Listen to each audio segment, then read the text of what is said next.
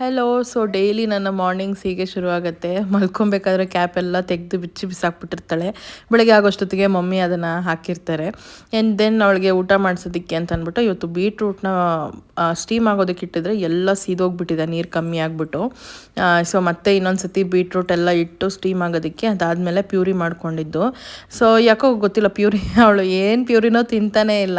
So ಬೇರೆ ಏನಾದರೂ try ಮಾಡಬೇಕು. ಆ್ಯಂಡ್ ಮೂತಿ ನೋಡಿ, ಆಂಜನೇಯನ ಮೂತಿ ಆದಂಗೆ ಆಗಿಬಿಟ್ಟಿದೆ. ಸೊ ಅದನ್ನೊಂದು ಸಣ್ಣ ಕ್ಲಿಪ್ಪಿಂಗ್ ತೊಗೊಂಡೆ.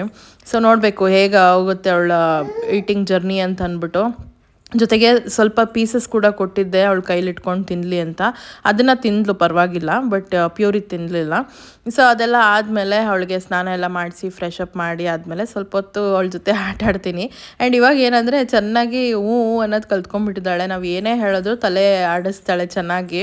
ಅಂದರೆ ಅವಳಿಗೆ ಅರ್ಥ ಆಗ್ತಿದೆ ನಾವು ಏನು ಹೇಳ್ತಿದ್ದೀವಿ ಅಂತ ಅಂದ್ಬಿಟ್ಟು. ಸೊ ಅದು ನೋಡೋಕೆ ಖುಷಿ ಆಗುತ್ತೆ.